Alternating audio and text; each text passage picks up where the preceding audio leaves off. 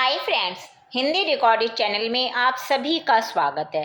दोस्तों, धर्मवीर भारती का उपन्यास गुनाहों का देवता में सुधा और चंदर के पवित्र प्रेम की कथा है तथा जो इसमें पम्मी है वो त्रिकोणीय प्रेम का अंश बनकर इस कथा में प्रवेश करती है। सुधा में अपने प्रेम की बात चंदर अपने आदर्शों के कारण नहीं कह पाता कि वह उससे प्यार करता है। सुधा इसमें चंदर के प्रोफेसर की बेटी होती है और प्रोफेसर चंदर को हमेशा अपने बेटे के समान मानते हैं और उससे उतना ही प्यार करते हैं।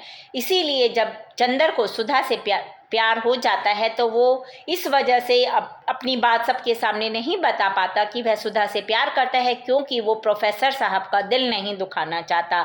और इस प्रकार किसी तरह से सुधा का जब शादी की बात चलती है तो वह सुधा को शादी के लिए राजी कर लेता है किसी और से। और जब सुधा की शादी कैलाश से हो जाती है तब चंदर को समझ आता है कि सुधा के बिना रहना उसके लिए कितना मुश्किल है। और दोस्तों, चंदर मानसिक एकांत की खोज में पम्मी के पास पहुंचता है, जो कि खुद शारीरिक वासना की तलाश में अपना जीवन व्यतीत कर रही है। तो दोस्तों, आज के अध्याय में हम इसी गुनाहों का देवता उपन्यास के पात्रों में चित्रित प्रेम की पीर की अभिव्यंजना पर चर्चा करेंगे। तो चलिए दोस्तों, शुरू करते हैं अपना आज का अध्याय। दोस्तों, ये जो गुनाहों का देवता उपन्यास है धर्मवीर भारती जी का, इसमें उन्होंने साधारण प्रेम कथा को एक उच्च स्तर के पवित्र प्रेम कथा के रूप में प्रस्तुत किया है।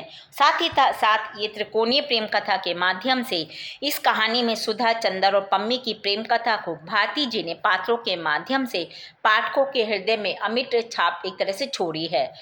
उन्होंने इस उपन्यास को लोक कथात्मक शैली का प्रयोग करके सरस बनाने की सफल प्रयास भी किया है। और यह उपन्यास धर्मवीर भारती के हिंदी में सर्वाधिक पढ़े जाने वाले उपन्यासों में से एक है। ये जो उपन्यास है बहुत ही सरल, स्निग्ध और मार्मिक उपन्यास है। इसमें गुलाब की सुकुमार पंखुड़ियों की भांति ही जीवन का विकास और विनाश हमें दिखाई देगा और हम सोच ही नहीं पाते कि इसे कैसे रोका जाए। बिनती और चंदर के विवाह की शहनाइयाँ हम सुन भी नहीं पाते हैं और प्रेम की धारा, पावन धारा में वो विलीन हो जाती है। भारती जी का कथानक साफ सुथरा और संतुलित है। यहाँ सबसे बड़ी सफलता भारती जी को इस बात में मिली है कि उन्होंने इस उपन्यास में घटनाओं और अंतर्द्वंद्व का सामंजस्य बड़े सुंदर ढंग से किया है।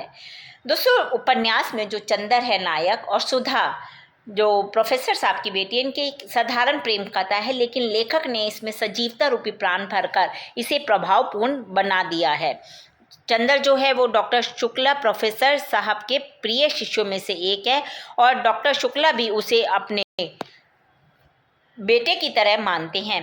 शुक्ला द्वारा किए गए एहसान को चंदर कभी भुला नहीं पाता और अपने आदर्श के कारण अपने और सुधा के प्रति जो प्रेम की बात है वो किसी के सामने वो व्यक्त नहीं करता।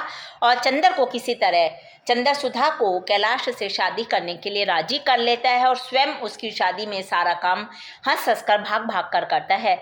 और सुधा की बुआ की बेटी है विनीता, उसका भी इसमें जो चरित्र है वो अत्यंत व्यवहारिक और सुकुमार गुलाब की भांति दिखाया है। वह सुधा के अत्यंत करीब होती है। दोस्तों, भारती जी ने इस उपन्यास में भक्ति आधारित प्रेम कथा लिखी है, जिसमें सुधा और चंदर दोनों ही एक दूसरे को देवता और भक्त की भांति सम्मान देते हुए दिखाई देते हैं। सुधा की शादी के बाद चंदर सुधा के वियोग में अपने हृदय के द्वंद्व में फंस कर रह जाता है और सुधा की बहन बिनती में चंदर को सुधा की परछाई नजर आती, झलक दिखाई देती है। सुधा के विवाह के बाद चंदर को यह प्रतीत होता है कि सुधा के स्नेह के बिना उसका जीवन कितना बेकार है और सुधा को भी यह प्रतीत होता है कि चंदर के स्नेह के बिना उसका जीवित रहना मुश्किल है। दोस्तों, गुनाहों का देवता उपन्यास जो है को उन लेखक की सदाबहार रचनाओं में से गिना जाता है। इस उपन्यास का केंद्र बिंदु ही बेमेल विवाह की समस्या को उजागर करना है। इस उपन्यास में भारती जी ने चंदर, सुधा तथा बिनती के बीच संबंधों में प्रेम के माध्यम से बेमेल विवाह जैसे अत्यंत मार्मिक पक्षों को उकेरने के साथ साथ समाज को दर्पण भी दिखाया है कि समाज में वर्ग संघर्ष के कारण किस तरह से लोगों में खिन्नता और मानसिक तनाव बढ़ता जा रहा है। क्योंकि हमारे देश में सबसे बड़ा अभिशप्त है, एक ये शाप है वर्ग को लेकर, जो कि जातियों में हमारा समाज बटा रहता है। विनती और बुआ जी ने इस उपन्यास को गति प्रदान कर समाज में व्याप्त प्रेम को प्रदर्शित किया है कि लड़का कैसा भी हो लेकिन उसे ब्राह्मण जाति का ही होना चाहिए।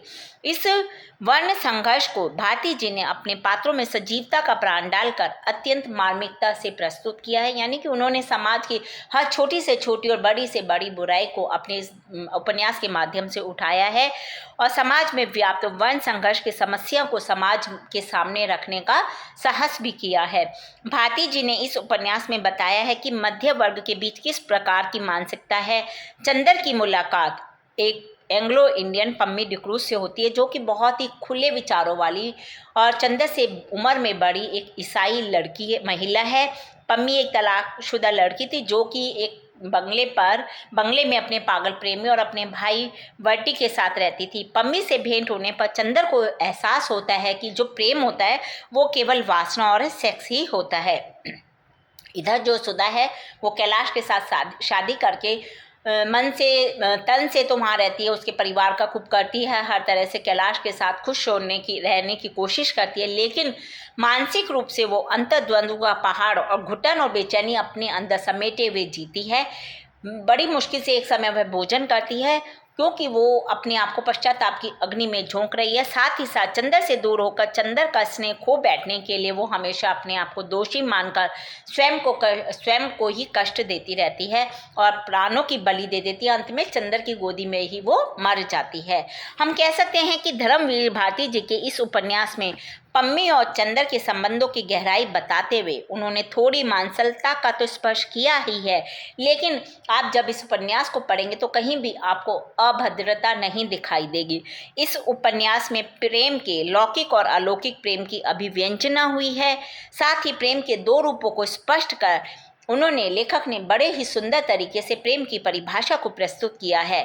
भक्ति प्रेम में पवित्रता की महक है, लेकिन वासना में तृष्णा रूपी महक भी कुछ कम नहीं है। भारती जी ने दोनों रूपों के प्रेम को स्वीकृति दी है क्योंकि उनके अनुसार प्रेम में आध्यात्मिकता होने के साथ साथ मांसल प्रेम की गंध भी होती है जिसमें शारीरिक आकर्षण का समावेश होता है। दोस्तों, भारती जी ने सवर्णों में व्याप्त रूढ़ियों का विरोध कर सामाजिक स्थितियों की गूढ़ता के रहस्यों का उजागर कर इस जो उपन्यास की है उसकी कथा वस्तु बुनी है। ये एक अत्यंत सराहनीय कदम है। भारती जी का जो ये गुनाहों का देवता उपन्यास है यह त्रिकोणीय प्रेम का प्रतीक है जिसका अंत अत्यंत मार्मिक और दुखांत है। हम इसे एक तरह से ट्रेजेडी नावल भी कह सकते हैं।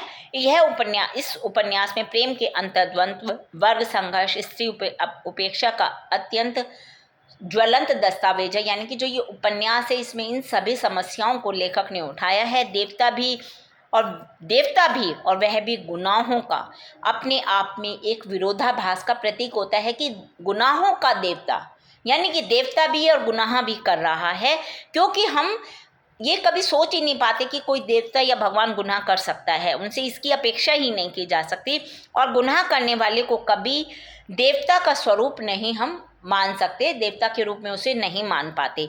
गुनाहों का देवता यानी कि चंदर कहीं ना कहीं टूट कर जुड़ता है और फिर जुड़कर फिर टूट जाता है। इस नावल में उसका प्रेम जो है वो थोड़े से साहस से काम लेने पर एक आदर्श प्रेम के रूप में प्रस्थापित हो सकता था और वह निसंकोच मानसिकता और भीरू प्रवृत्ति के कारण लेकिन 3 जिंदगियां सुहा कर डालता, अपनी, सुधा की और पम्मी की, बिनती की। वहीं उपन्यास को दुखांत मोड़ पर लाकर वो खड़ा कर देता है। चंदर के माध्यम से धर्मवीर भारती जी ने आदर्श प्रेम का एक परचम तो लहराया ही है, लेकिन भावनात्मक तौर पर जो ये उपन्यास है ये भारतीय मानसिकता के खोखलेपन को दर्शाता है। तो दोस्तों, ये हमने आज के अध्याय में गुनाहों का देवता उपन्यास के पात्रों में चित्रित प्रेम की पीर की अभिव्यंजना के विषय में चर्चा की। हिंदी भाषा के और भी प्रमुख विषयों पर हम आगे के अध्यायों में समय समय पर इसी प्रकार चर्चा करते रहेंगे। पर दोस्तों, उसको सुनने के लिए आपको मेरे इस चैनल को लाइक और सब्सक्राइब करना होगा। साथ ही दोस्तों, हिंदी भाषा से संबंधित कोई भी प्रश्न आप कमेंट बॉक्स में मुझसे पूछ सकते हैं। मैं शीघ्र ही उसका उत्तर देने की कोशिश करूंगी। धन्यवाद दोस्तों, आपका दिन शुभ हो।